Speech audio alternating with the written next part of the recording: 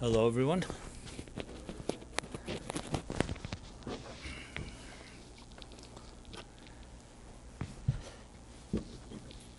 So welcome, my name is Rabbi Jacobson. I welcome you here, and as well as the cyberspace audience. And from time to time I give a little background because I always find it fascinating. Life's journeys are always somewhat bizarre, but also very insightful. And one of my journeys has been this, what's called now the Wednesday Night Live class. But it really began in the last millennium, in the last century. It was in 1982. I received a call. This is, as I said, probably before most of you were born. Okay. In 1982 was a prehistoric age. There was no email, no fax. We used a typewriter. You ever seen a typewriter? You know what it looks like? Okay. And definitely no internet. And I got a call from a friend that shared with me that he had someone he knew who was a New York businessman who was in the world of promotion. He was actually boxing and musical event promotion, concerts, who was looking for some spiritual inspiration. You know, would I see him? So I didn't really have much time because I was very busy at work then. My work at the time was very intense, which I've also mentioned a number of times. I worked for the Lubavitcher Rebbe, which the job entailed, since Shabbos and holidays, talks cannot be recorded or note-taking, so we had to actually remember hours and hours of these talks and retain them, and then recreate them and publish them after the Shabbos and the holiday. So that was the work I was involved in, which, as I said, very intense. But someone calls out and reaches for help or wants some inspiration. I was so I said sure, and I met them. I remember this guy came. He's now already in the next world, but he came with a friend of his. And that winter, it was a winter. I remember it was a cold winter night in 1982. So probably January or December, maybe. No, it was about January '82. And we hit it off. We had a conversation, an informal conversation. And make a long story short, here we are, 34 years later, and we're still having an informal conversation that just hasn't ended. So we take breaks from week to week, but I never liked the word class. I didn't like it when I was in school, and I still don't like it. Maybe, classification, it's maybe too structured, too in the box. But the bottom line is this was a very interesting evening we would spend, because the next week they came back again, and then they started bringing friends, and friends brought friends, and one way or another, all of you here are friends of those friends, because we never advertised. It was purely word of mouth, and that's maybe the greatest testimony to a true, genuine, journey, because nobody was forced to come. There were no credits. There were no other incentives. It was really just a heart-to-heart conversation about things that matter. Soul matters, life, purpose, Judaism, whatever it was. And what was really among different fascinating things was also the interaction. I grew up in a very traditional Jewish Hasidic home in Crown Heights. My parents were both Russian born. They came here after World War II. And most of the people that I was seeing were people who were very secular, very spiritual, but not in any way from the traditional sense of the word. Many of the Jews there would say that their spirituality came from things like Zen Buddhism, or if I may dare enough to say, LSD and stuff like that. If you don't know what that is, that's also fine. And so when we interact, it was really very different worlds. And I think that this is a general lesson in life, that if you really want to grow, you got to get out of your own comfort zone and out of your own so-called natural environment and culture. Because usually what people do, and that's how they stay safe, is they just breathe the recycled air of their own environments, their own communities, which gives you a sense of maybe security and a sense of belonging, but it definitely doesn't challenge you. Because you hear the same people, the same ideas, and everyone regurgitates the same messages, and it doesn't allow for, and we know in a human being, just like infections fester when there's no fresh air, when they're closed up. So any growth requires what the Torah calls, in the first commandment to the first Jew, Abraham, Lech lecha ma'artzecha ma'moladatecha mebeis avich, that you have to leave your land, your birthplace, the land of the home of your parents. And this is a cardinal rule, not just to Abraham, but to every one of us. I discussed this a number of times. It's not really the theme, but I just want to point out that I think it's in that one sentence, which in a way, as I said, the first message in the Torah, the first real commandments to the first Jew. I mean, there were commandments set to Adam and Eve and to Noah and so on, but this is like the first declaration, which if you read it, it sounds very nice, but if you think about it, it's a little odd, because when you give someone directions, you usually tell them where to go. You don't have to tell them where to leave. And here, you see God reiterates 3 different ways. He says, leave lech lecha ma'artzecha, your land, mebeis avicha, maladcha, your birthplace, and beis avicha. Right. Which really are synonymous in a way. In Abraham's case, they definitely were. They were all the same thing. Where he was born was his birthplace, and was his land was his birthplace, was also the home of his parents. And when it comes to the destination, God only says, Ele eretz asher areka, go to the land that I will show you. What does that mean? Where is it? Or north, south, east, west? So it's like reversed. It should have been the other way around. Where to leave from, he knows where he is. Just tell me where to go. What city, what state, what country, what longitude, latitude. And here it's reversed. So the answer, one of the answers that is a really psychological insight and relevant to all of us is that all of us want to grow. And if people make resolutions and they find areas, everyone in their lives have the areas that they want to become better in. That can be in a psychological sense, it could be financially, it can be personally, so many different ways.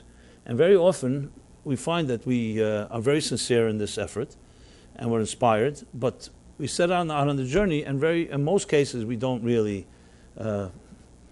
maintain this commitment. Now, how often do resolutions really stick?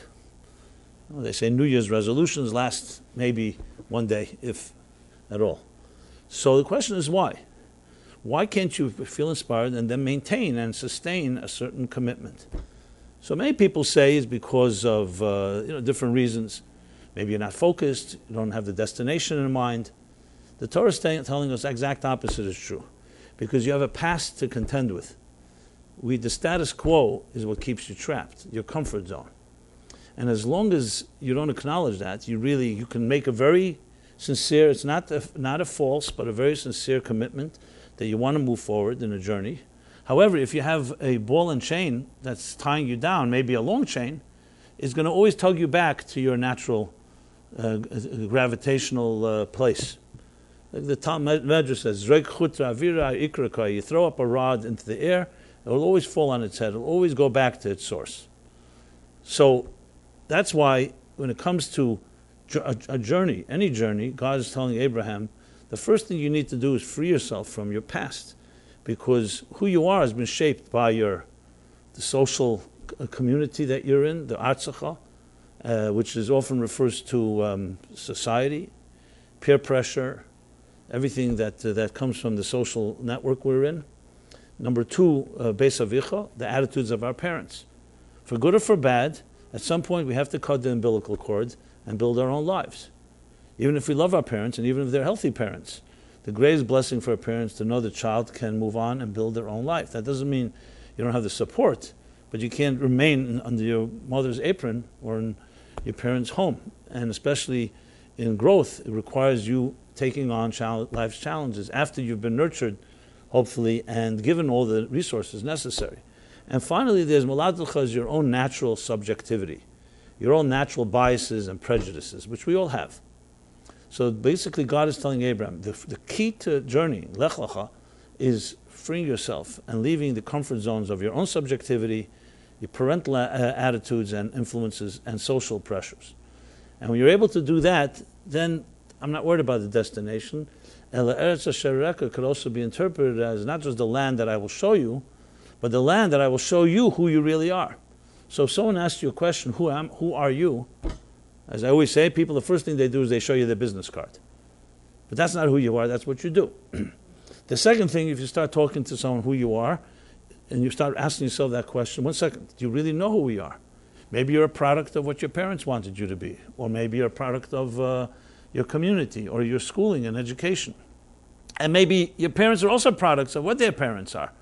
So it's a vicious cycle of like the blind leading the blind, and we don't really have a sense of real identity because maybe we're just all being shaped by forces that are not in our control. And I said for good or for bad. So it's not a simple question to answer, who are you?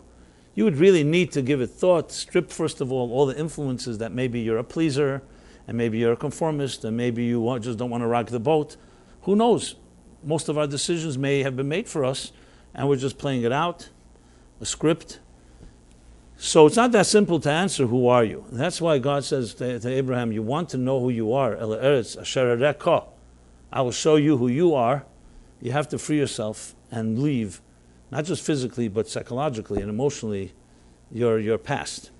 Now, this doesn't mean leave your past, God forbid, in a way where you are in any way forsaking or rebelling against your parents or your society, because if it was good influences, by all means. But it means that you have to learn to own your choices. They can't be made for you. The Baal Shem Tov has a tremendous interpretation in prayer that we say 3 times a day, one of the most famous prayers. Right in the beginning of Shemona Esrei, the Amida, we say every day, we say Elokeinu, Elokei Avosenu, Elokei Avram, Yitzchak, v'Yaakov, which means Elokeinu, my God, Elokei Avosenu, Elokei Avosenu, Elokei Avram, the God of our parents and the God of Abraham, Isaac, and Jacob. So he asked the question, the chronological order should be the other way around. First, Abraham, Isaac, and Jacob were first. So it should have said the God of Abraham, Isaac, and Jacob. Then it should say Elokei Avosenu, the God of our parents. And then the God of Elokeinu, my God, our God. Why is the order the other way around? And his answer is that in the educational process, obviously we begin by being trained and educated by our parents. But when you come of age and you mature, what you have to has to become your God. You can't be worshiping your parents' God. And you can't be worshiping your grandparents' God. They may have taught it to you and passed it on, but you have to own your faith. And owning it means internalizing it and personalizing it. And then you say, Elokei Avosenu. That's also the God of our parents and also the God of Abraham, Isaac, and Jacob. And we all share the same God, so to speak. But the most important thing is personalizing. And that is one of the most lacking elements in today's society, because whether you grew up in a very traditional home, a lot of it is often very much about social pressure and conformity, maybe for good intentions, and not necessarily opening up people's minds, because it's threatening to ask questions, and it's threatening any type of so-called independent or individuality. Individuality is almost seen as a crime, even though God created us all as separate individuals. And often Judaism is rendered what I like to call, or I don't like to call it actually, but what I call mechanical Judaism. It's called, in the Hebrew words, it's mitzvahs hanoshim elamoda, means by rote, doing things mechanically. You know, this is what you do. And it's almost brainless, like a machine. And then for the majority of the Jewish people today, who are not in the category we call traditional, are more in the secular, assimilated, or somewhere in between, a lot of Judaism is simply irrelevant, simply because you didn't grow up with it, or you don't relate to it in any personal way. So you're stuck here between two things. Either it's a very strong cultural Judaism, or it's almost non-existent Judaism.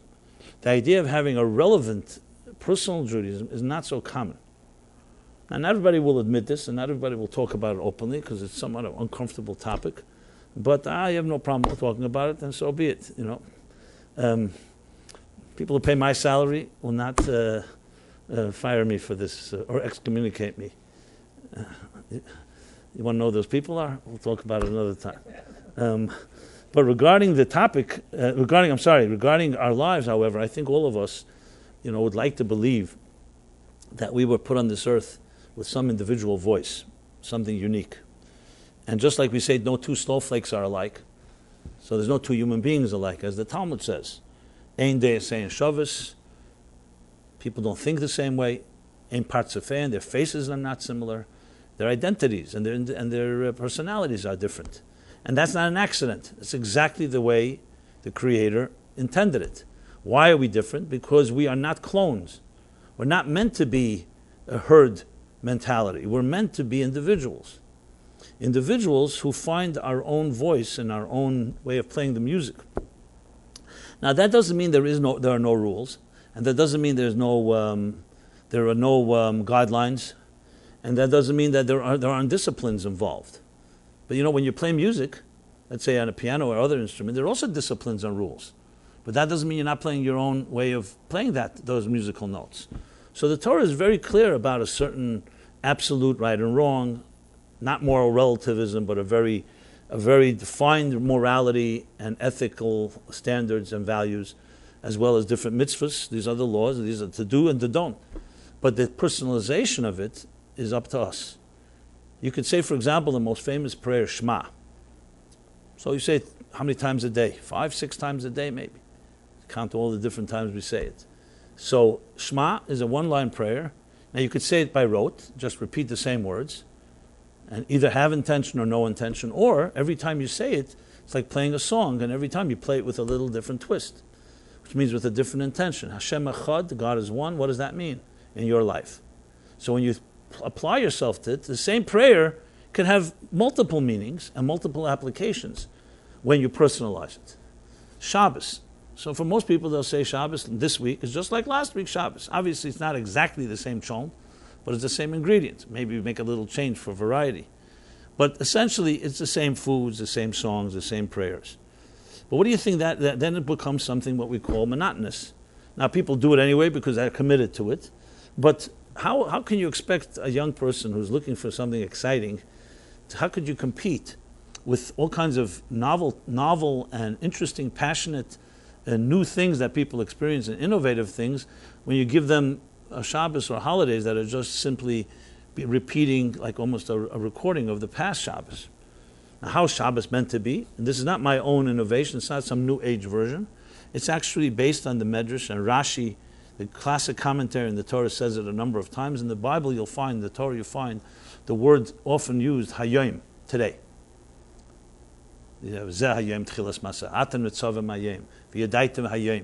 Which means today. You shall know today. You shall commit today. The different forms of today. So, of course, the obvious question, when is this today? When Moses said it, that was over 3,300 years ago. When we read it now, we're reading it today as if it's today. So actually, the Medrash and Rashi cites a number of times, that's exactly the way it's meant to be. That's why it says that word. Moses could have easily not used the word today, could have just said, you shall know. Because he wanted to make a point, and that point is a divine point. What's the point? The point is B'chol yom yeh beinecha chadoshim. That you should not see Judaism and Torah as an old thing, that you did something, I'm doing it because I did it yesterday or the day before. Every day, it should have new vitality, new energy, a new emphasis. And that's the challenge. You create a Judaism that is customized in that way, an individual way. And it's not compromising the laws. On the contrary, it's like playing the music, but not like some old song that you just played 1,000 times. Every time with a new vigor, a new zest, a new soul. That is what makes it come alive. So this is just a short overview. And I want to go to the topic that I was going to address here is how do you deal with setbacks? And I'll tell you in a few moments why I chose this topic for this week. But as always, what I try to emphasize, there are many Torah classes. In New York, you probably can find thousands of Torah classes. You have classes that talk about study the Bible, the Torah, with all the commentaries. You have halacha, Jewish law classes. You have Jewish history classes, philosophy, mystical, Kabbalah, Hasidic. The list goes on. You have Talmud classes. You have Daf Yomi classes, which is like a daily study of the Talmud. I mean, Judaism is a very diverse and very wide spectrum of different schools of thought, so to speak. And you have everything, what we call Pshat, Remez, Drus, Sod. You have the literal, you have the allegorical, you have the Talmudic and the homiletic, and you have the mystical. So it's a big, so how do you begin? Where do you begin? So there's a Talmudic statement that says, when a student asks the teacher, where should I begin studying? And where can be implied both where, location-wise, and also where, what books? And he said, B'mokim shali b'chafetz, in the place that your heart desires.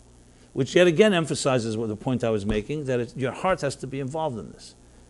It's still Torah, but your heart desires. Why would you leave it someone's heart? Because you want to make it, own it. And if you study something that is just dry to you, or seemingly too tedious, it may be your problem, but nevertheless, why not find something that you're excited about? You'll study it with more passion. Chanech l'nar al pi darkoi. Educate the child according to his or her way, and then even when they get older, layasu, they won't waver from it. So maybe this is my own libe chafetz, maybe it's my own personal experience, because I grew up, as I said, in the tradition. I went to yeshiva and all that, and at some point, I've told the story a number of times, maybe not in all detail. I was lacking, I knew the technical part, the mechanical part of Judaism. That's what you learn, but lacking the soul. So maybe this is my own personal thing, but I would say something even more than just my personal. I think it's vital. So there are many classes. So I try to focus in this class here. I said I don't like the word class, but I don't have a better word. So, let's call it our discussion, or really a monologue more than a discussion. But I don't like the word monologue either, so that's not so good. It's a discussion. I'm talking to myself, and as I talk to you. And truth is in communication. We're all talking to each other one way or other, whether it's with words or the vibes.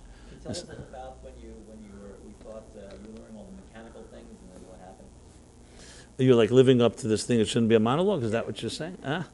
Well, I don't want to, because time is limited. I'm not going to go through it all. I can tell you what video to look up. You can go back to the videotape, replay. But briefly, the bottom line is, my soul. It's like, you're looking for your passion, you're looking for a calling, not just what to do and what not to do. And I'm not taking away from those that have that so-called Kabbalah soil, which means someone who accepts it without questions. I just was not wired that way. I had more questions. I was skeptical, still skeptical, and for some reason I needed I needed to hear the music. But the good news is that I ultimately did. And it changed my life, and that's why I'm here today. That's what I'm talking about. And as I said, you could listen to music, the same song, one person plays it, and it's decent. Another one, and it comes alive. It's magic. They tell that story, I don't know if it's a true story or not. Pavarotti, the great opera singer, tenor Pavarotti was once doing a rendition of Psalm 23. And the Lord is my shepherd. And he did a beautiful rendition, and the whole audience gave him a standing ovation. Then afterwards, when everyone sat down, an old Jew got up and did his version of Tehillim, David Hashem Roi, and instead of applauding, everyone started crying. So they asked afterwards, what's the difference? Pavarotti asked him, why is it when I did it they applauded, and when you did it they cried? So he said, because you may know the psalm, but I know the shepherd. Okay, so there's hearing music and there's hearing music.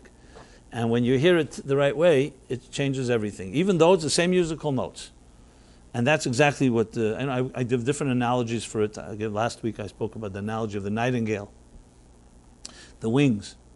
When you see wings, you realize wings can help you fly to greater places, but wings also are more body weight. So I focus on the theme, the central underlying theme is, whatever topic we address, is relevance. That's the operative word. Relevance, relevance, and relevance. What is the relevance of a chapter in the Torah, a story in the Torah, or a holiday, or a law, a relevance to our psychological, emotional, and personal lives? As I said, there are different classes, and they're all valuable, but many classes you learn the facts, and you learn the commentaries, and you learn the arguments and the counter-arguments and all that, but relevance is often lacking. So that's what I try to focus on.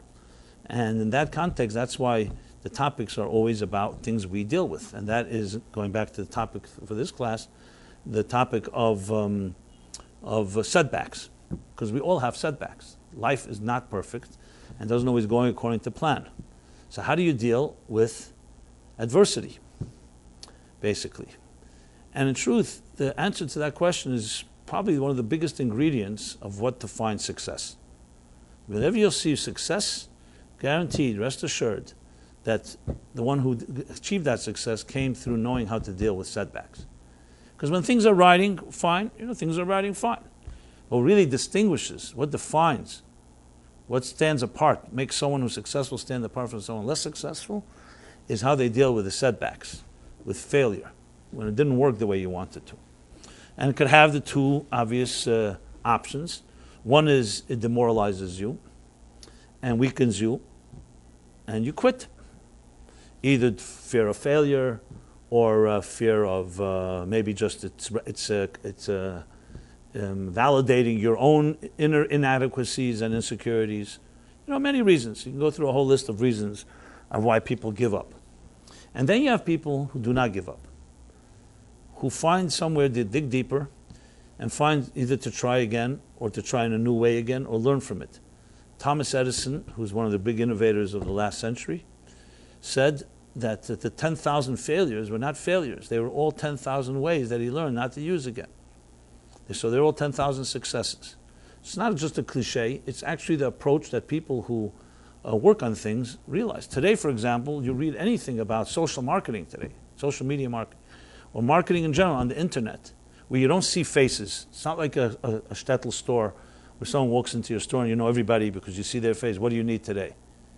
But today it's invisible. It's anonymous. You don't know who's coming and who's not coming, and there's billions of possible people.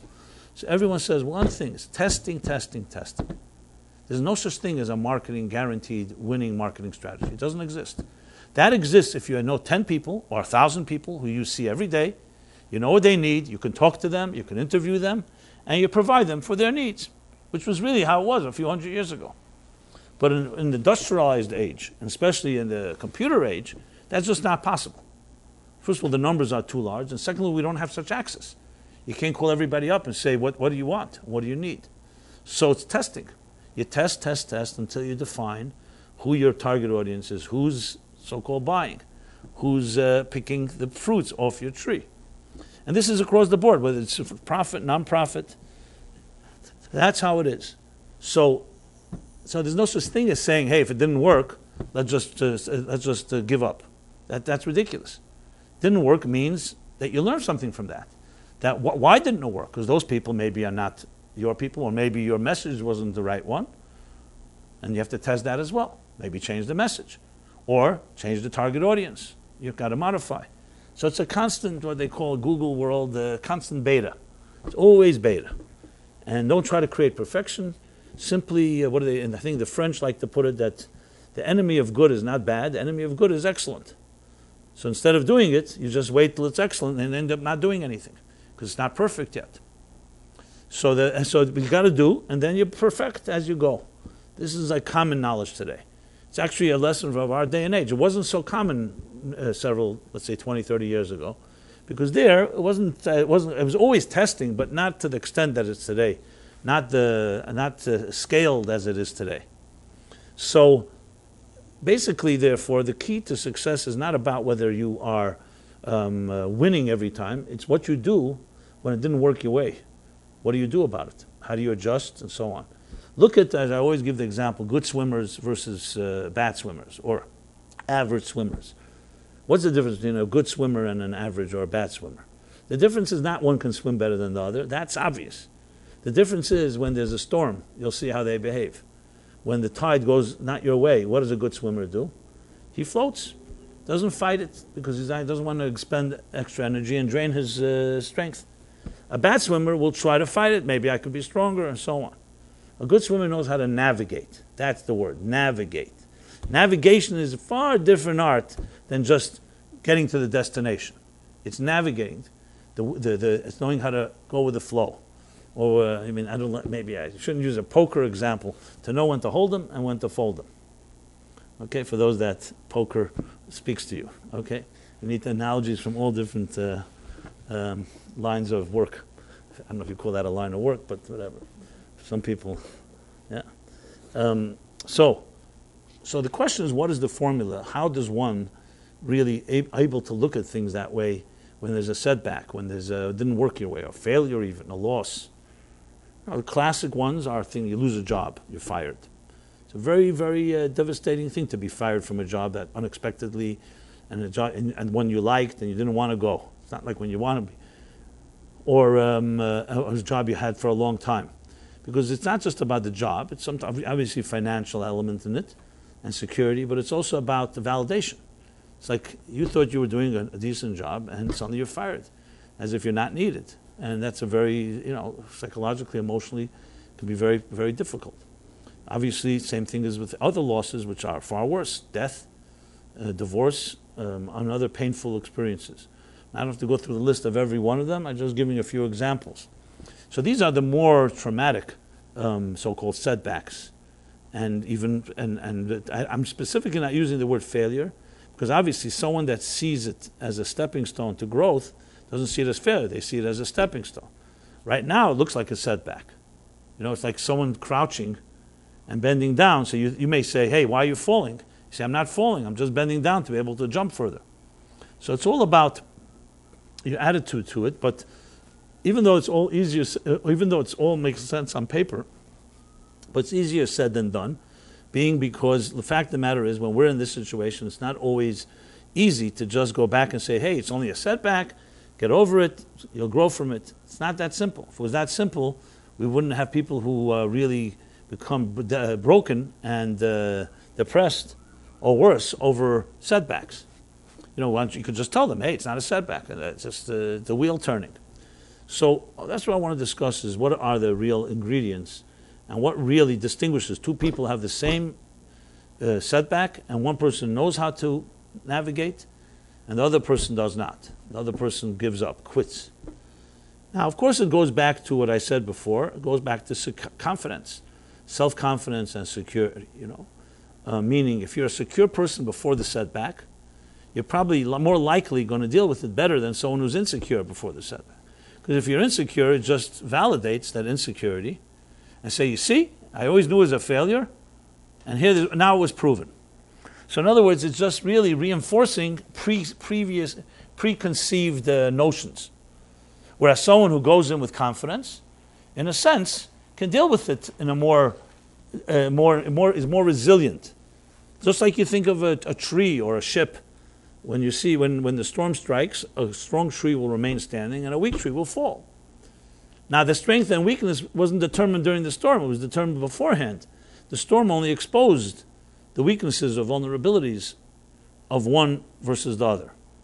So it's really the roots that you build beforehand that really determine how you're going to deal with. So that's an obvious so-called the smoking gun or usual suspect of what defines why one person deals with setbacks better than someone else, because they just have more confidence. So then, of course, the question would be, how do you build that confidence? Which, of course, is very difficult to build during the storm. You can't suddenly reinforce a weak tree in the middle of a storm, because it's just impossible. Just like you can't learn to swim in the middle of a storm either. You have to learn it before. But we should not be afraid of this challenge, because you look at the best in the world in any given area, whether it's sports or it's arts or it's intelligence. Everybody has times where they face a crisis of confidence. You see this very openly, obviously, let's say I'll use tennis as an example because it's a single one-person sport. When it's a team, it's a little different. But one single sport, sometimes a person could be the best player on earth and then goes into a funk. Either they get injured and then they go back, or they suffer a bad loss, or they just lose confidence. And their skill has not changed in any way. We're not talking about someone who's aging or something happened, an injury. Same skill. What changed? It's the psyche of the person is now, for some reason, maybe overthinking, second-guessing themselves. So good coaches, if you see what they do, they really pep you up. They have to rebuild that confidence.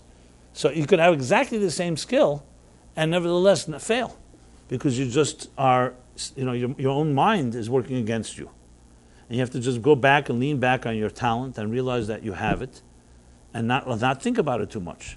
I mean, sometimes you watch a match and you see, even if you're watching it, you're shaking all over. You can imagine people serving or playing. How could they not be nervous? And the answer is because when you train long enough, when you come to it, you get into the zone, you don't think about it. If you start thinking the moment of what the consequences are, what the stakes are, everyone would get nervous. So you have to train yourself not to think. That's what experience does over time. It's like they say with money. They say the man with money that meets the man with experience. So what happens? The man with experience ends up with the money, and the man with the money ends up with the experience. So experience has a certain way of teaching you how to navigate. Okay. So with that said, then that's, as I said, an obvious thing, the confidence part. But there's obviously more to it than just confidence, because to really master this requires a few other factors, and which I'm going to address. The reason I talk about it now is because it is a theme in this week's chapter, actually, in the Torah. So this week we read the last chapter in the book of Leviticus. Now, before I continue, I just want to give one short little tangent. In some audiences, I don't usually bring in the chapter, the Torah, because that already I'll lose people's attention. Because they say, either I heard the Torah or the Torah is not for me. And sometimes I'll just address this topic without using anything else. But here I feel we have a mature audience that can get over their own stereotypes. So I'm able to do this. But I'll tell you why I did. I always tell the story that years ago when I began the class, so the core group of people coming were from the arts and entertainment industry. And as I said earlier, they were actually mostly anti-religious, to be very honest.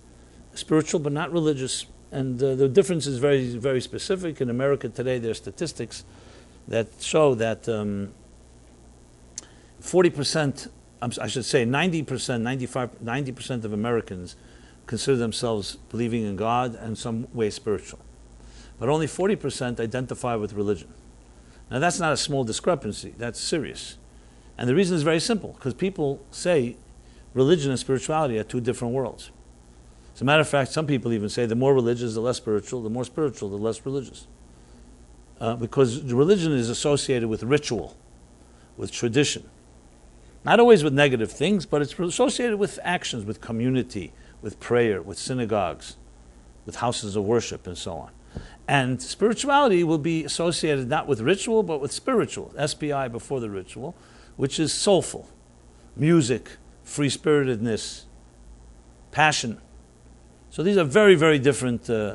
Now, when did this dichotomy emerge? That's a long discussion, not for now. But it was once not that way, because I have no doubt that Abraham and Moses and the greats from then were big pioneers and revolutionaries and nonconformists, and their faith was all about passion and about spirit and free-spiritedness and individuality and all that. At some point, religion became very cloistered, parochial. But again, there's another discussion. So, speaking to this core group, I realized that before I even open my mouth, they may be stereotyping me because I'm sitting there with a beard and a yarmulke, and who knows what image I'm projecting. It's definitely not neutral. I may be reminding some person of an angry grandfather who schlepped him to synagogue on Yom Kippur against his will or her will, or of an irrelevant Hebrew school teacher that taught hollow bar mitzvah or bat mitzvah lesson, or maybe even good memories. So I decided an experiment. That's what I want to share with you, an experiment that was like a very interesting experiment. I decided, you know what, being that I don't know what they're thinking, and my look was bad enough, so to speak, in projecting an image which I had no control over. So let me at least control the language. And instead of using any religious terms, I decided to use nothing Jewish in my conversation. So instead of God, I used the word higher reality, or the essence. Essence. If it was a particularly New Age group, I used words like non-existential layers of undefined energy or something like that. You know. Instead of Torah, I used the word blueprint or roadmap. Instead of mitzvahs, I used connections. And instead of Mashiach and redemption, I used destination. So here I was waxing eloquent and pontificating on this journey to the essence of all reality, to these undefined places, the core of it all, and following this roadmap, making the connections, and ultimately creating a seamless fusion between the outer and the inner when you reach the destination of utter symmetry between spirit and matter, soul and body, form and function. You get the idea. And after a few weeks, a guy came over to me, and people, I could tell you, were very fascinating. I'd say even mesmerized. But it was fascinating stuff. Wow, this is great. And it was completely unaffected because I didn't use any words that would turn anybody off before I even said anything. So a few weeks later, a guy comes over to me and he says to me, "Are you talking about God?"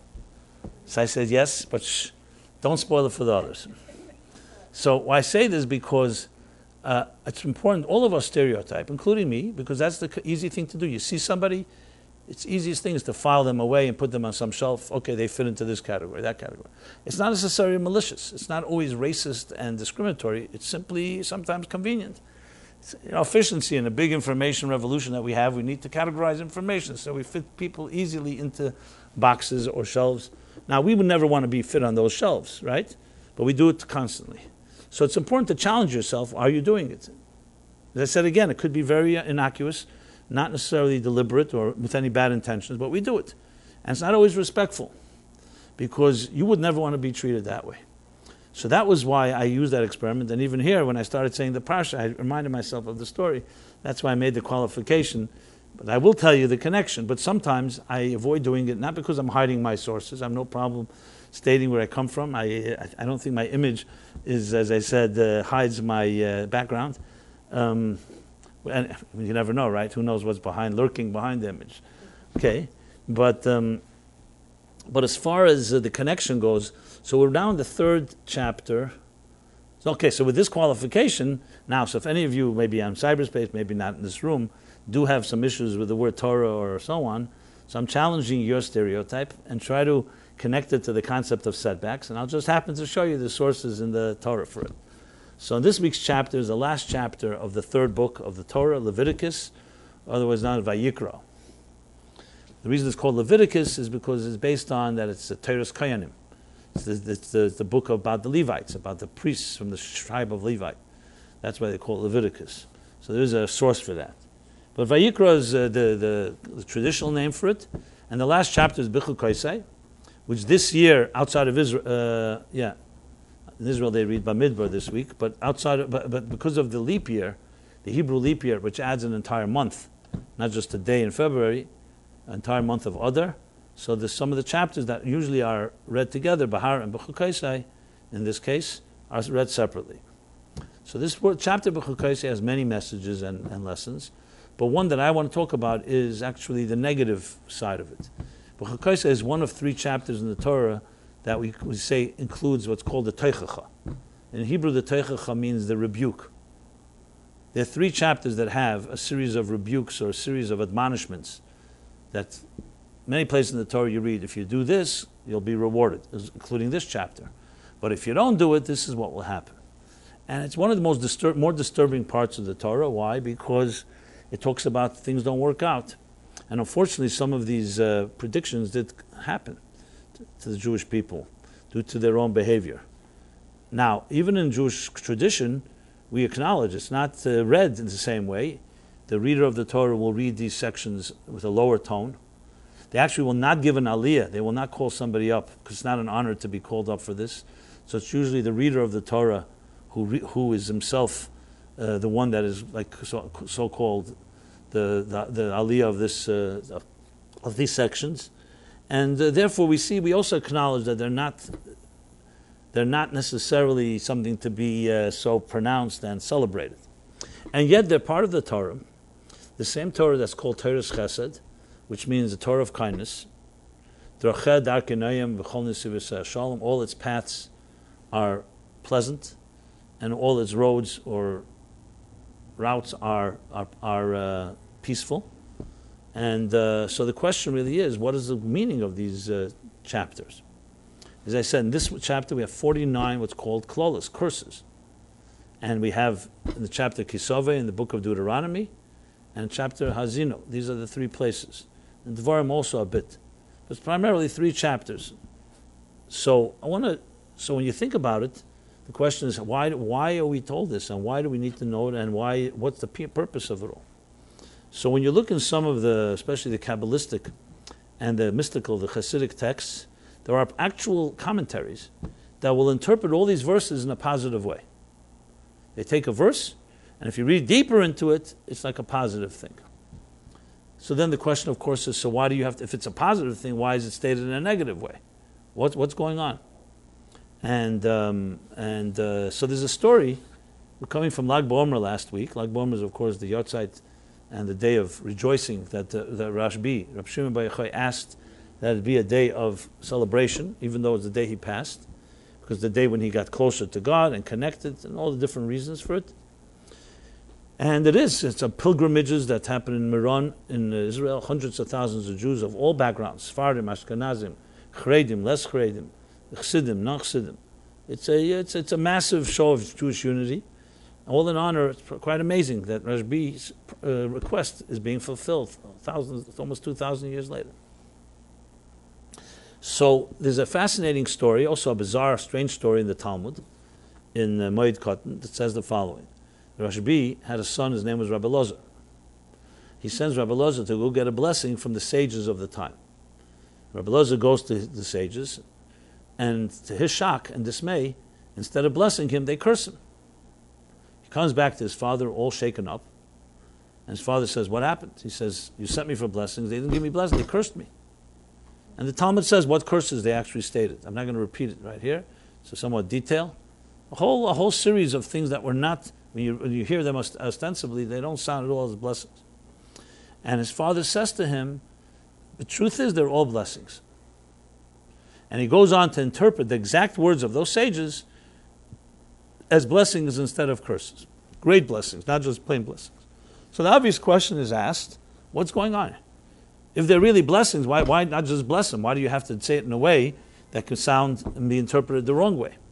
So different commentaries explain they wanted Rashbi to be the one that does that his father to reveal the blessings. Some said because they saw in his destiny some negative things, so they wanted to reverse it. There are all kinds of explanations.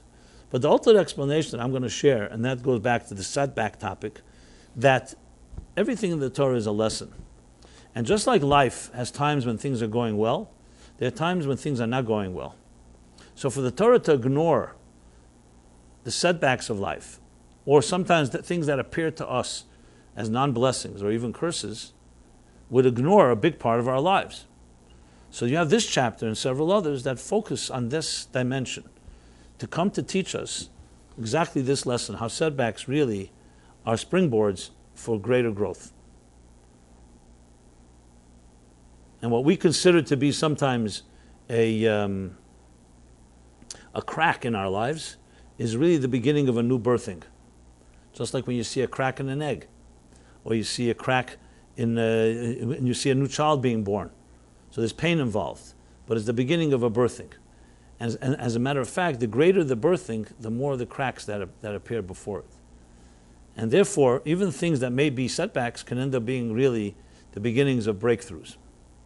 So of course the question is, so why does it have to look like a setback? Why can't you just bless us a constant growth, constant going upward? Remember, we're talking about God, so God can do it any way He wishes. So the main answer for that is, number one, is it's not always up to God. Sometimes we mess it up. And since we mess it up, the question is, once we mess up a situation, is there no hope? So there's sometimes, just like God forbid somebody puts their hand in fire, you don't say the fire punished your hand. Part of the consequences in the natural world of cause and effect is that you do certain things that are destructive.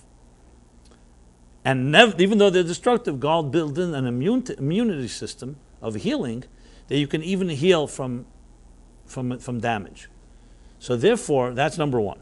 Number two, as explained in, specifically, I'm quoting now, the Baal HaTanya, Rab Shneur Zalman of Liadi, in the chapter, this chapter, in Bechukotai Torah, was one of his classic works of his discourses.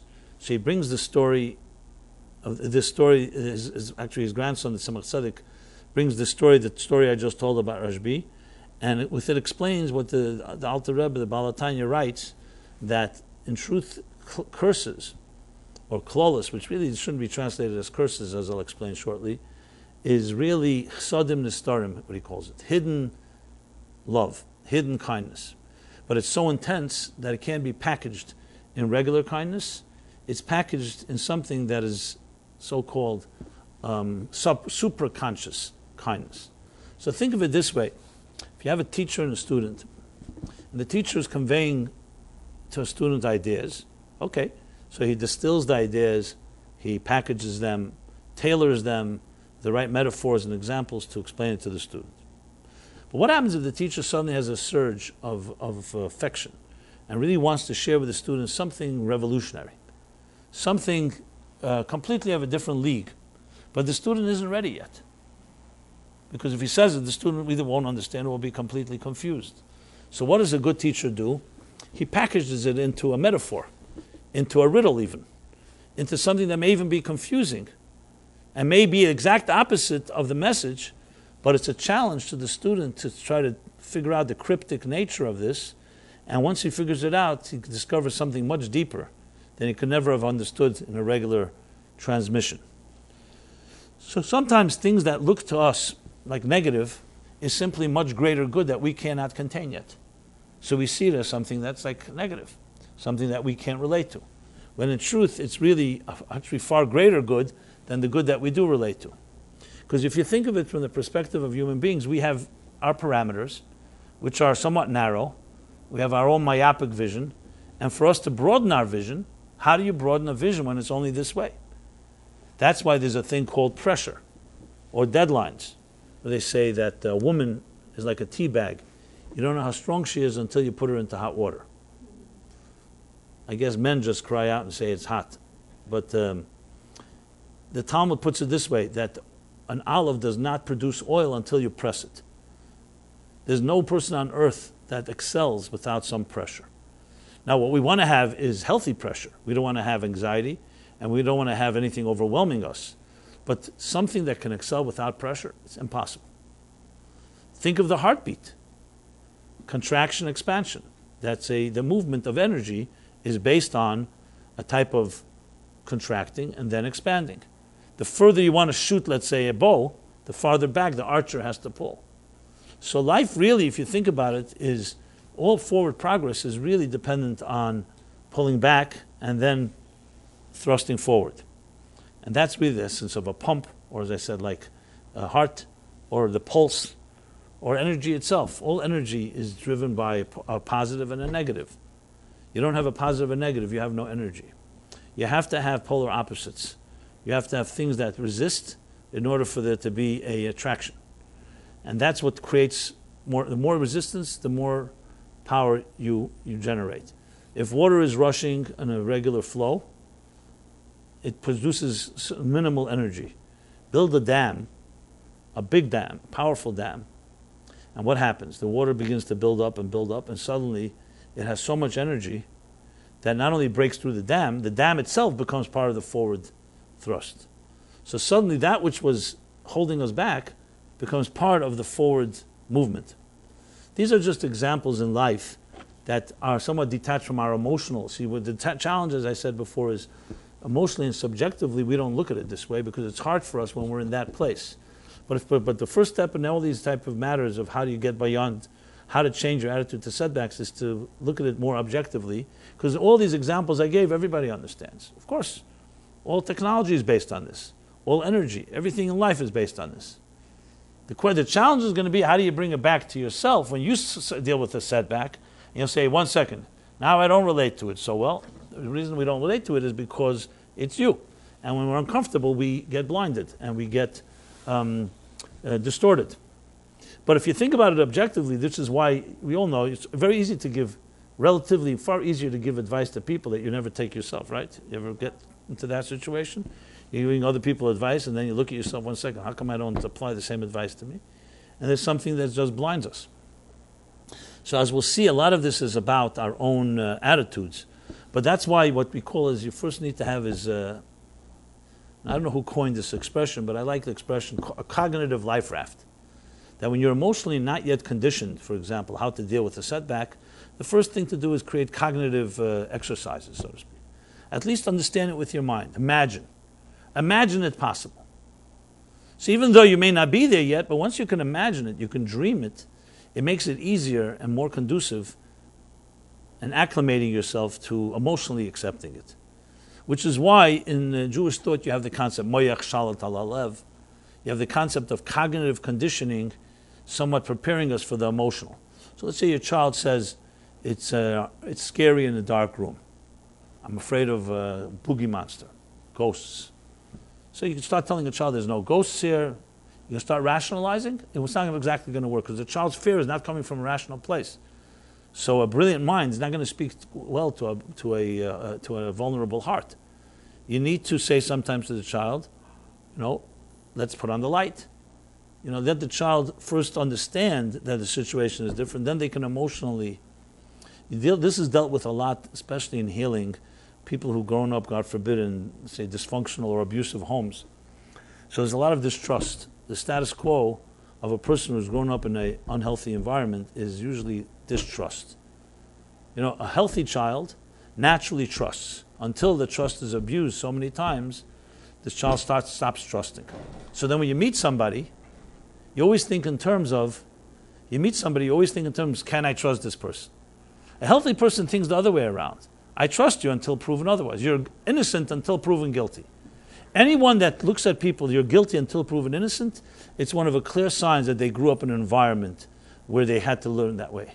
So I'm not criticizing. It's part of, when you're around an environment where your parents, God forbid, instead of providing nurturing and consistency and unconditional love, were unpredictable, were not around, would come home drunk, would do all kinds of things that really rattled the psyche of a child, what happens? The child begins to assume that everything is that no one can be trusted because I can't predict anything. There's nothing to rely on, and that's why people like that will have difficulties in relationships and so on. That doesn't mean you can't work on it. One of the ways to help people get out of that, I think I mentioned this it happens more than one with me, speaking to someone, counseling someone, and they come for advice. And I remember once I guess I picked up a cup, and the person flinched, like as I was about to do something, and it was completely not. And I asked her, I said, why did you flinch? She said, I thought you were going to slap me. Which is obvious, was immediately obvious to me. This person has been slapped. So when they saw a hand lifted, when you see it enough times, you develop a very sensitive antennae that, anytime someone raises their hand, it may be a slap. And people who care about you often hurt you. I know it sounds distorted. I hope none of you relate to these lines, but it sounds weird. But that's exactly what happens when enough times you begin to develop such reflexes. So how do you help a person grow through that? You can't always just tell them, don't be afraid, I'm not your father, I'm not hitting you. Because it's not rational. It's an emotional reflex. It's actually a protective element. The distrust is to protect, because I don't know if I'll be hurt. Someone who doesn't have that, and was nurtured, as I said, grew up in a healthy, doesn't have that issue. So how do you help someone who emotionally has that reflex? They could be brilliant, but it's not the mind, it's the heart.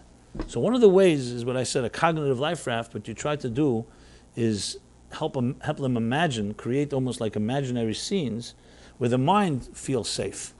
So even though the heart's not there yet, but once the mind gives you a scenario like that, slowly that begins to speak to the heart. And then that child who's afraid may finally peek out and say, you know what, maybe this is a more trusting environment. And only that person can decide when they're ready. So what you can do as an objective person is help guide them slowly to a safer place in their minds. Like, imagining yourself in a beach or on an island where you're completely safe. You imagine yourself in your mother's womb before anybody could hurt you. Things like that. So once you can imagine it, slowly, and the more you condition yourself in that mind thing, even though it could be imagination at this point, slowly, it does affect emotions. I mean, it's a process. It's a cognitive, psychological process. The reason I'm mentioning it is because everything I said till now, I gave all the examples, technology, in the human anatomy and so on, physiology. We constantly see how setbacks are really part of a process of growth. But when it comes to ourselves, it's very hard to see it. Why? Because at the moment, we live in moments. Right now, I'm in pain. Don't tell me this pain is leading me to greater pleasure. I don't want to hear about it. Pain is uncomfortable, and I want a solution. I want a painkiller, short-term solution. And I'm not suggesting that we can change that, because the fact is no one wants to be uncomfortable. So the only real way to really recondition oneself, if they're not in a place of knowing how to address the setback, is to go with the mind and say, okay, let me understand the logic of it. And the more you do, the more emotional you can become, more mature, so to speak, and more conditioned, more resilient is the right word, I would say. Children, for example, children are very short-term memories, in a sense. What I mean by that is, when you see two little children, they're suddenly fighting. And I'll never speak to you again the rest of my life. 30 seconds later, they're best friends. With adults, it's actually the other way around. Once you really start fighting, you can end up not speaking to someone for 30 years. These two guys, two old Jewish men in an old age home, who were once best friends and partners and everything, don't speak to each other. So the families try to say, you know what, you're not going to live forever. You were once best friends for over 60 years. You were friends. They won't talk to each other. So he says, what's the big thing you make up? He says, if I speak to him, he'll think he was right. That's how adults think. Children don't have these issues. They're much more resilient. Just like their bones are more flexible, so are their personalities. My point being is, however, children, you hurt a child, the child right away reacts emotionally. An adult, officially, if someone came over to you, a little child, and started kicking you or scratching you, I would hope that you wouldn't get down on your hands and legs and start kicking and scratching in return. Why? Because it's a baby. But when an adult does it, we get very insulted. Someone just told me about road rage. You know the concept of, we know this syndrome called road rage, right? So a guy told me literally that he cut off someone in a car, and the guy kept on trying to get back at him, cutting him off. He wouldn't imagine it. Almost 8 miles later, he got over the exit. This guy followed him. He went to a bank, and the guy followed him and got off his car and went over to him and punched him in his face. Why? Because he thought he cut him off at some point 8 miles back. Now, I don't know if any of you ever experienced road rage. It's not one of the things we usually acknowledge, but it's not very pleasant to acknowledge. But people have this. What does it mean? It's nothing. What's the big thing? You're on the road. So someone cuts you off. But that's how we are. We can be very emotionally immature and petty, and things that I would call nonsense suddenly becomes a whole world war. And then, of course, it escalates, and then a small thing becomes a big thing. And then, so on and so forth. To take it back to the topic here, when we deal with, and this is a critical point, when we deal with a setback or adversity, the first thing is there's an emotional experience going on. The emotional experience does not see the bigger picture. Obviously, if we saw how this setback is one step in a long way, you're fired. But you know what? Because in 2 weeks from now, you're going to be hired in a job that's double the salary, then if I saw that right now, of course, I wouldn't see it as a setback. I just see it as a stepping stone. But we don't think like that, and we don't see things like that. We think in very myopic, which means very frame by frame, here and now. And I don't need much proof for that. Look at what we do for instant gratification. You could know fully well that what you're going to do right now has no real long-term benefit. As a matter of fact, it can be destructive. And even while you know it, you'll still do it. And then you'll say, hey, I shouldn't have done it. But then you'll do it again. Explain this insanity. Nobody can explain it. The only way you can explain it is what the Talmud says. Ein adam ever avera el im kein nichnas by ruach shtus. A person doesn't sin except if they have a moment of insanity. So everyone asks the question, what do you mean? Why is it insanity? Sinning is very pleasant and tempting, and you're seduced by something. Why is it insanity? It's not so insane. What do they say? A Yiddish joke, they say that the guy comes running to a rabbi and says, my son went crazy. He's dancing with shikses, with non-Jews, and and he's eating pork. So he said, that's not crazy. That's a normal temptation. He says, if you told me he was dancing with pork and he was digesting human beings, that would be crazy, So the point being is that you have to define things as, you could say a sin. What's a sin? Yes, there are sins maybe that have no benefit, but we're talking about those that you have pleasure in. But the reason it's called insanity is the following. If you knew that if you put your hand in fire, you'll get burned, would any normal person put their hand in fire? So if you see someone actually putting their hand in fire, there's one of two things. Either they don't know it's fire. It's actually one of three things. They don't know it's fire, or they don't know fire is damaging, or they are insane and can't see. Insane here doesn't mean it's an insanity plea that will stand up in court, obviously, because it's not an excuse. But it means it's a moment of blindness, let's put it that way. And never underestimate how blind we can become. Every one of us. And the smarter you are, the blinder you can become. As a matter of fact, the Torah puts it very clearly. Hashechid ya'aver einei chachamim. Bias or bribe or prejudice blinds the eyes of the wise. Yisalav divrei tzadikim. And it distorts the tongue, the lips, the language of the righteous. Now, the Torah calls someone chachamim means they're chachamim, they're a wise person. If someone can be biased by prejudice and can be blinded by prejudice, why are they so wise? That's exactly the point the Torah is saying, that it's not just for the fools. That the wise person can be just as blinded as anyone else, and I would say even more so, because you see, wise people have even more excuses. They know how to cover up better. They know how to make it very clear that it's not me. Someone else may not have all the right smoke screens. Smart people have very good smoke screens. You can't trace the steps to them. They got it all figured out. But what's happening, use the words from the Tanya in chapter 9, he says, just like the blood of the heart is necessary that rushes to your mind and sustains your brain, same thing is the blood, the passion of the moment of blindness also rushes to your brain and distorts your thinking. And you have no clue. As a matter of fact, there's the Baal Shem Tov says, Hanoichi haster aster. Panai. So the double hester, double covering. Question is asked, he asked the question, what's double? Haster aster. You know, it means to be covered. That God conceals his face. The divine providence, you don't see God's face. You don't see God's hand. But what's the double covering? So the Baal Shem Tov says there's two types of darkness. One darkness is, you know it's dark, and the light will come. But then there's a darkness that conceals that it's dark. So it's a double darkness. And you're convinced that some chayshach le'eh, you think the darkness is light. That is what psychology calls denial. That you convince yourself not even a problem. Then you have a real problem. Because someone has an issue, as we say, the awareness of a problem is half its cure. But if you don't think it's a problem, you know, like I heard once the Lubavitcher Rebbe saying, very powerful line, he said, everybody's got flaws, but don't turn it into a philosophy. Once you turn it into a philosophy, it's a whole way of thinking, it's a whole school of thought, so no more flaws, it's just another way of looking at things. So that's what happens when you're blinded. And going back now to the setback discussion, so the first thing is you have to recognize that we see things very narrowly. We see the moment, we often act on it, not wisely. Sometimes we don't act on it. And the same thing is this, and where does it really get us into trouble is when it really indeed is not even necessarily a setback. What happens if you find out it was a blessing, but you decided to give up, and the blessing never emerged because you decided to go to sleep? I mentioned the analogy again from the Baal Shem Tov, the spiral staircase. It's just a great analogy for this. So in Yiddish, spiral staircase is Schwindeltrepp. Schwindeltrepp means steps, and Schwindel means actually a swindler.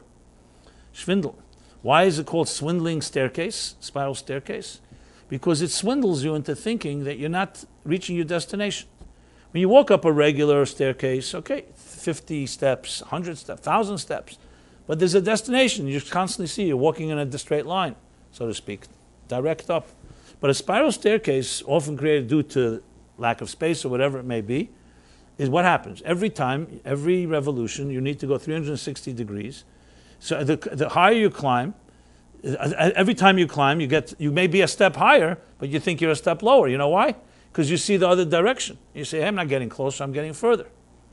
Okay, then you turn once more, you see. But then before you finally reach that final pinnacle, what happens? You have to turn your back to it. And it's very easy to say, hey, you know what? With all this effort, I climbed all these steps, I didn't get there. I've seen this personally in my life a number of times. It's very painful to see. You don't always see it, but sometimes you see other people's lives. You see that they literally, if they just a little more saw it through, they would make it. And that itself is also part of the psychological problem, because once you think you can't make it, you don't make it. You know the famous O. Henry story about the terminally ill person who was diagnosed with an illness that he's going to die by a certain time. He's lying in bed. He's deteriorating. But, you know, people lying in bed, you start fixating on objects and so on. So he fixated on a tree outside of his window. And the tree was in the summer, so the tree was filled with leaves. But then the fall came. And the leaves began to fall. And as the leaves began to fall, he decided to, connect his destiny of his life with the tree.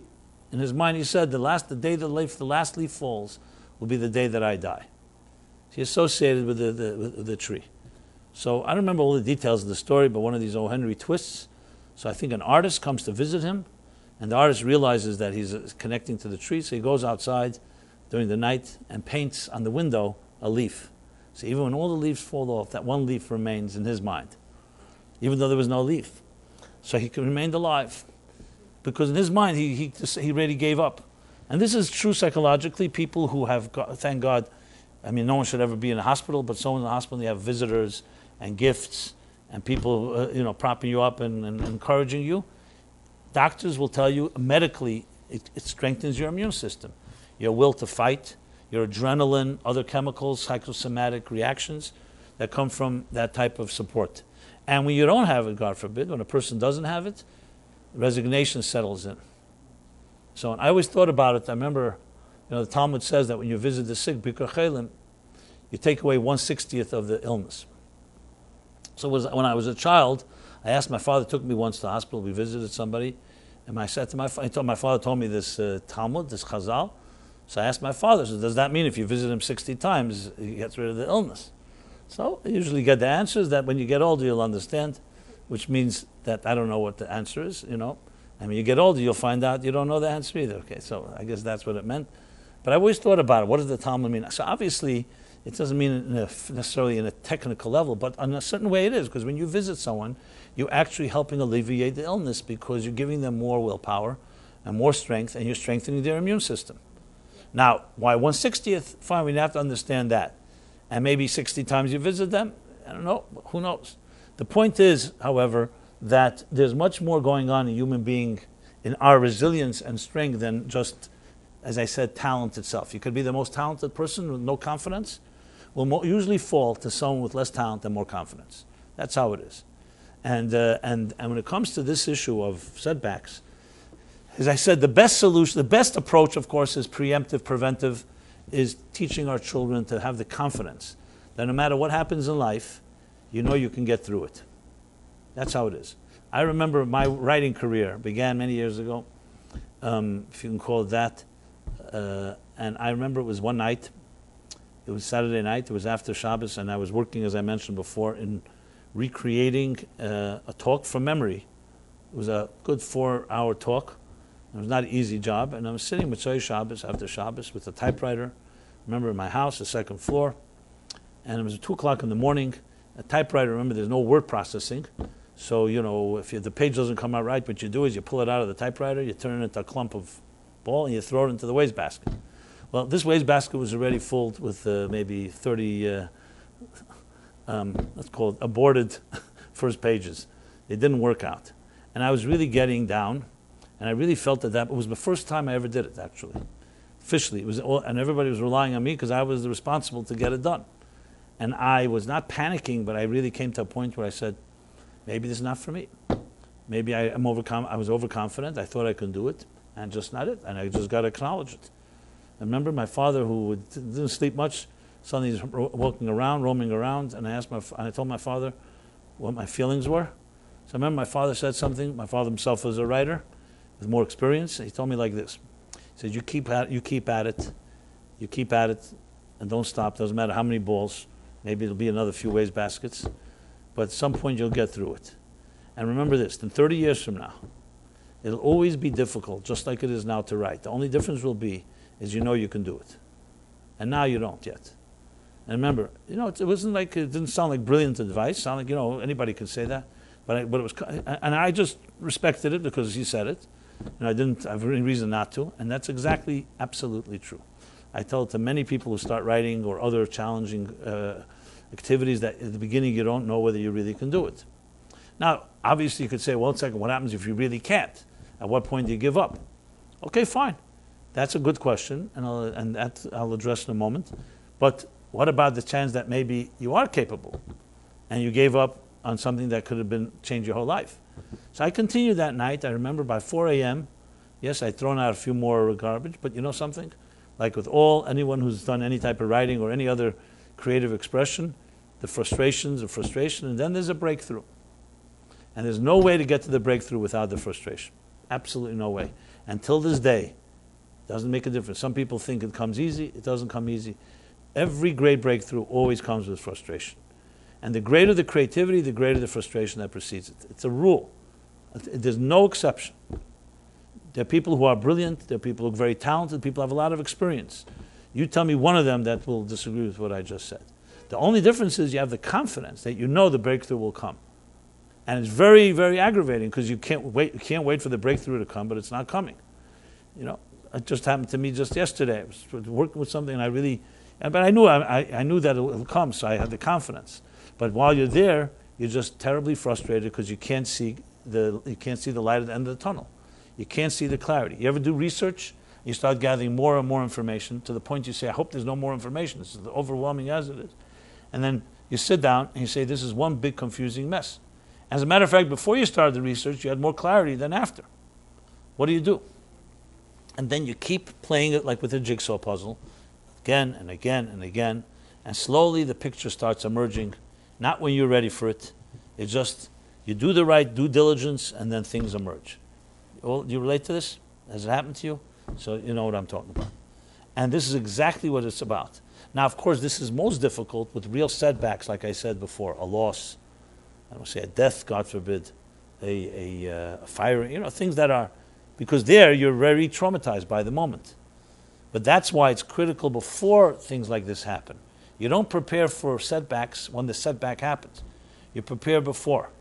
I always wondered why Joseph, in the Bible, in the Torah, was rewarded with becoming Mishnah Lamelech, the viceroy of Egypt. For what?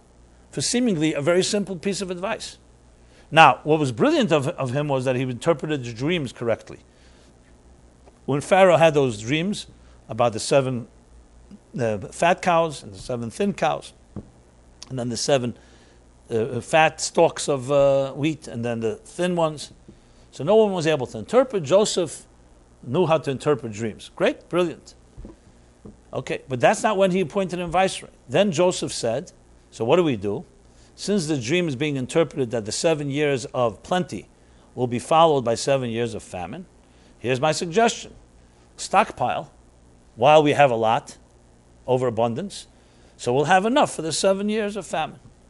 And this brilliant Jew, make him second in command. Now, if you knew there was a famine coming, everyone, that's simple logic, of course. The big innovation was that he knew how to interpret it. So why was this piece of advice so important? Think about it. It's very simple why. Because he actually implemented it.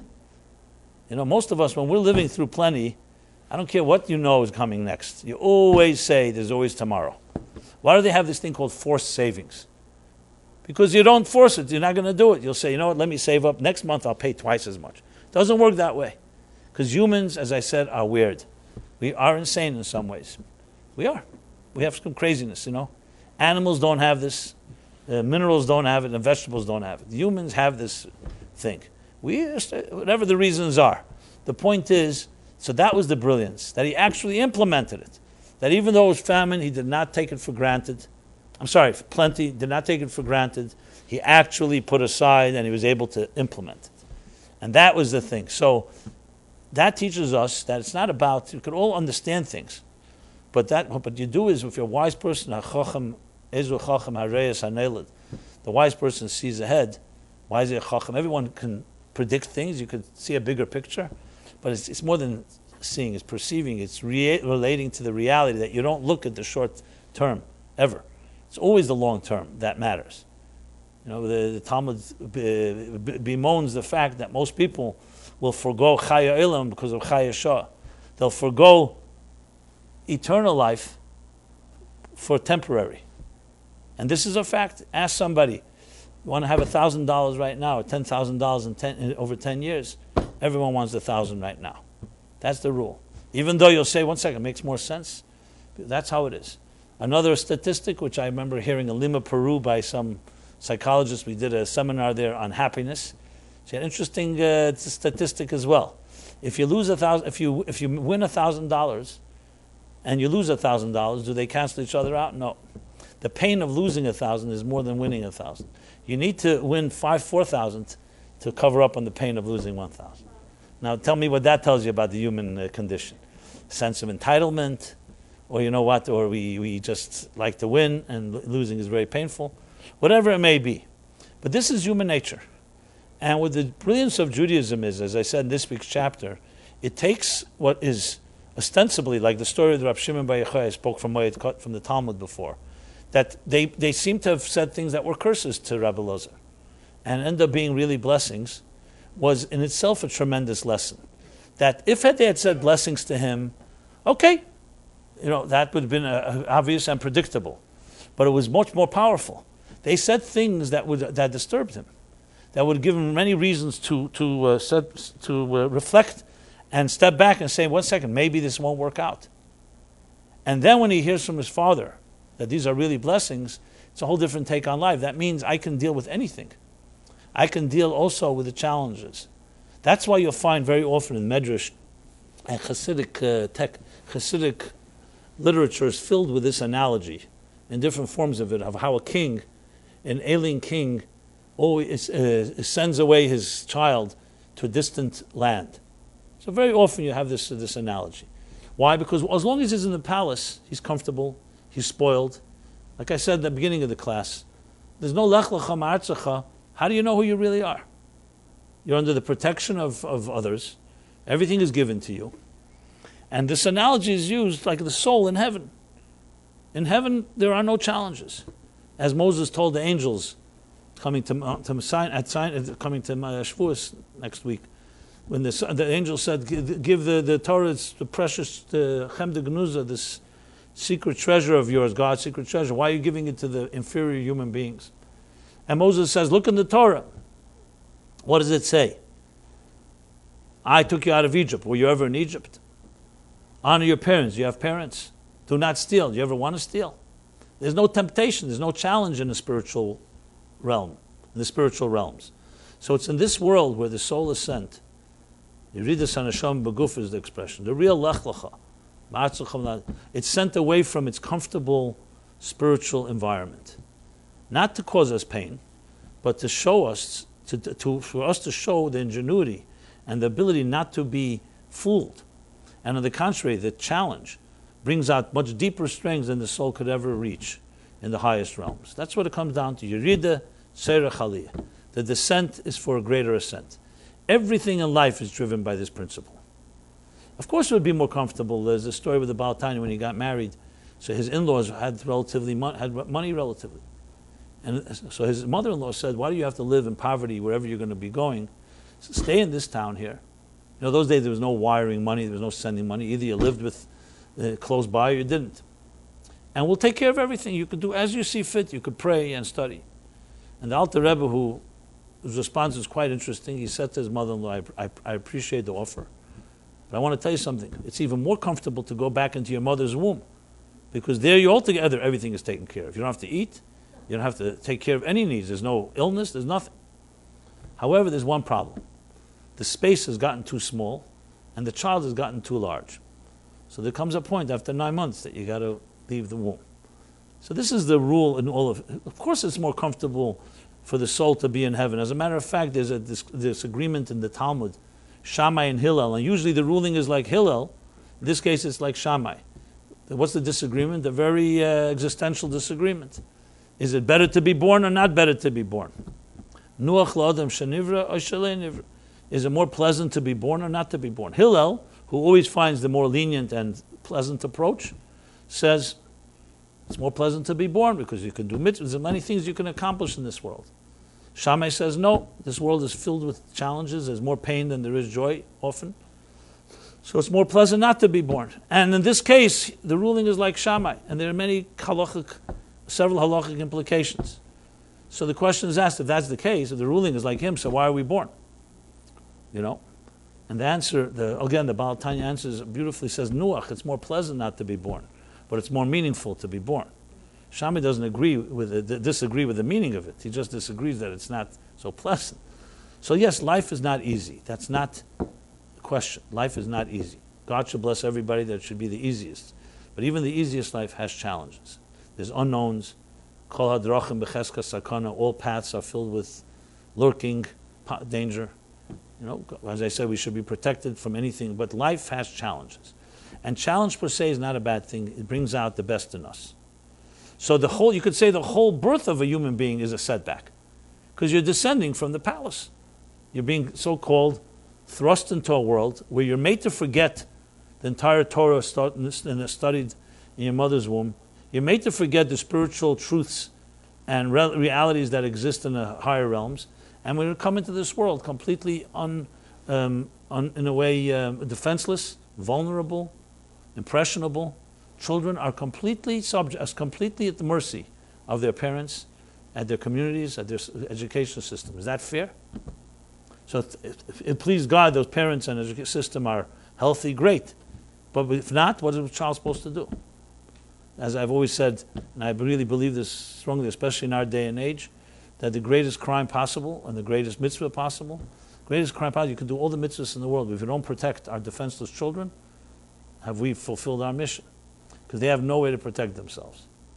And this is the world we're thrust in, and yet we're told, Mashbiyan Esei, that God not just gives us a note, but also Mashbiyan from the word V'savota, satiates us, feeds us, nourishes us with all the strength we will need to deal with these challenges. That's the key to remember. It's not that there will be no challenges, it's that you have all the strengths you need. And in truth, every setback, every every adversarial experience is really a step. And as I said, it all begins from birth itself. Birth itself, you could say, is the biggest setback. Everything starts from the bottom up. You have to earn everything. Nobody's just born with any talents or success. It all has to be earned. Sometimes we're blessed with some things, but everything you get, there's always some things you don't get. But it's all part of the plan and all part of that higher purpose. So the first thing is to be aware that there's a bigger picture, and there's no such thing as the word setback, actually. It steps in a story. The way where it can turn into a disaster is when you think it's a setback and you don't climb the steps. You stop climbing. You stop thinking that the journey continues. You think it's over with.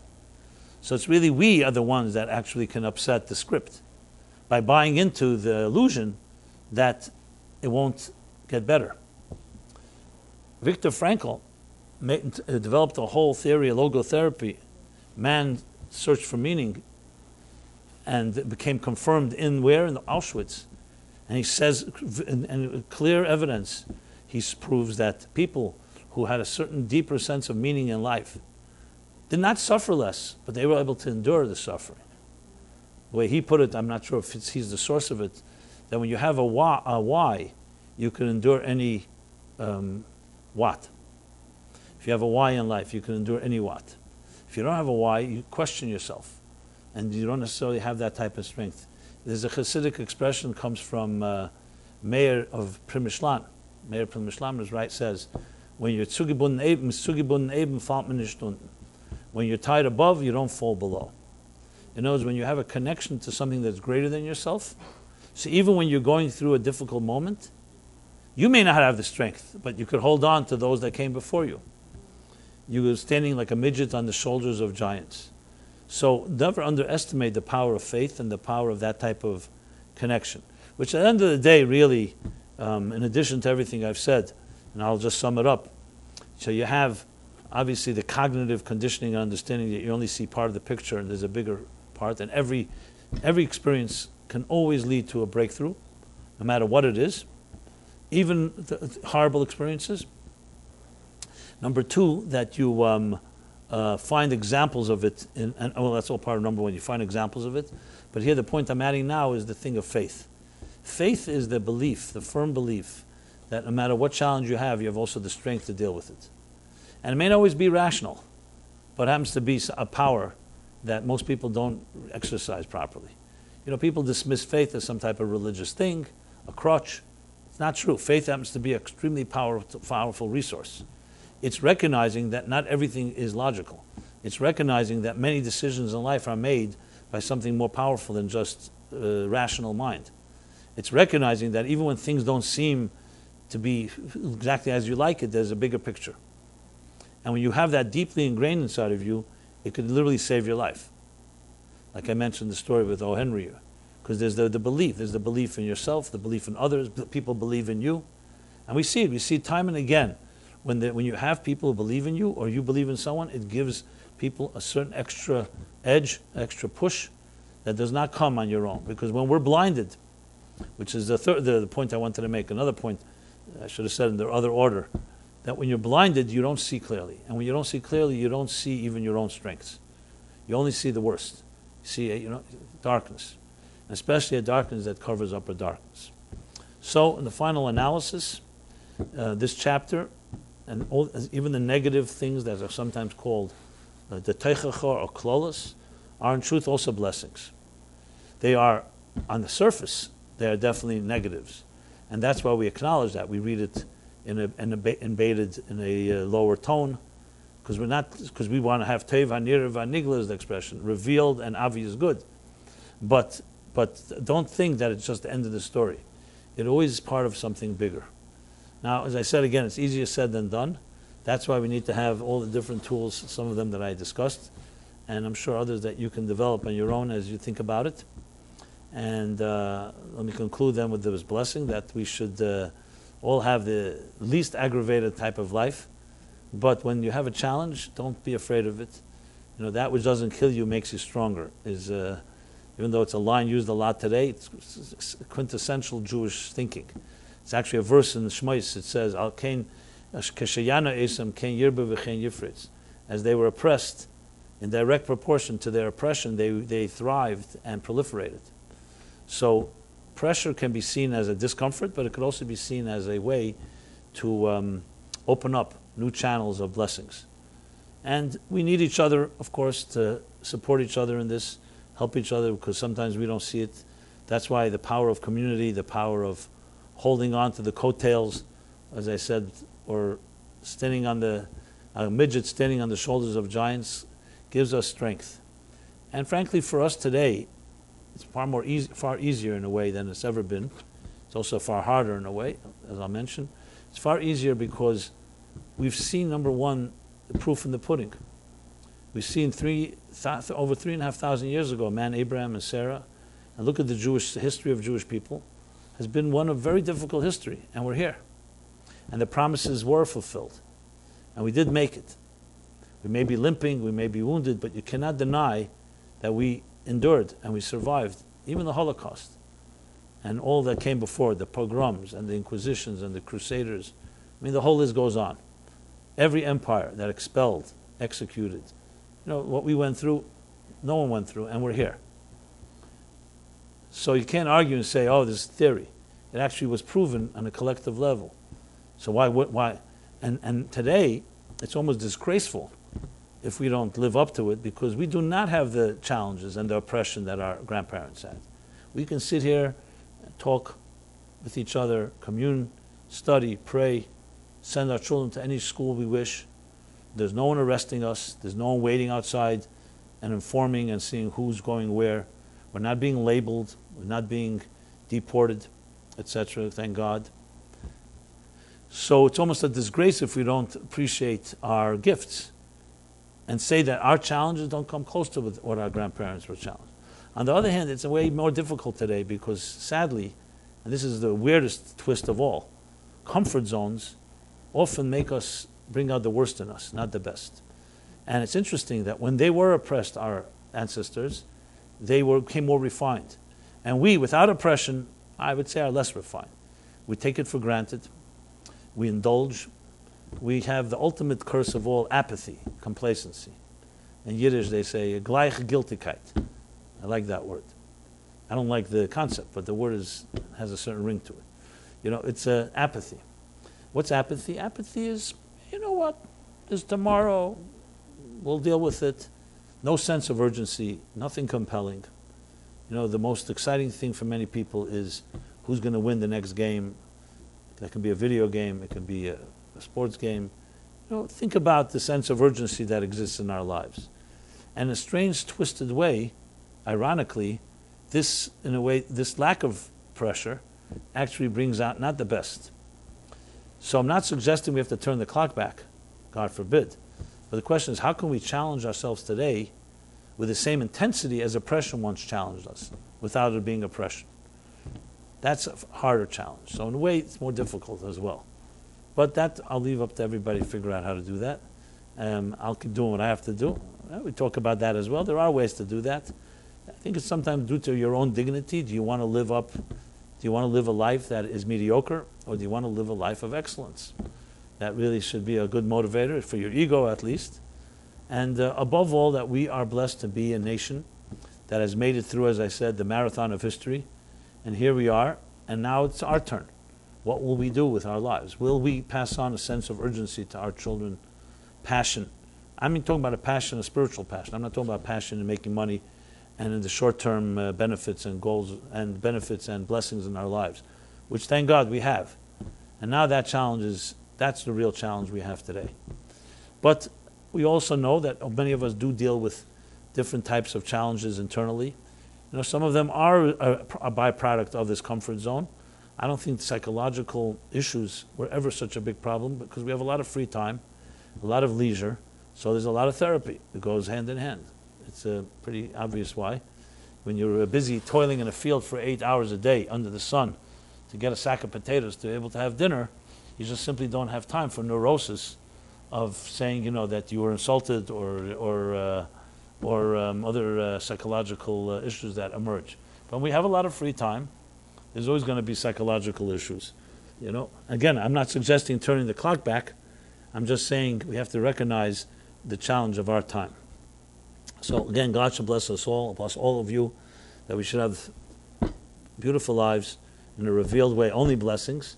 But should ever a curveball or something come your way that's not exactly the way you planned it, recognize there's a deeper choreography taking place.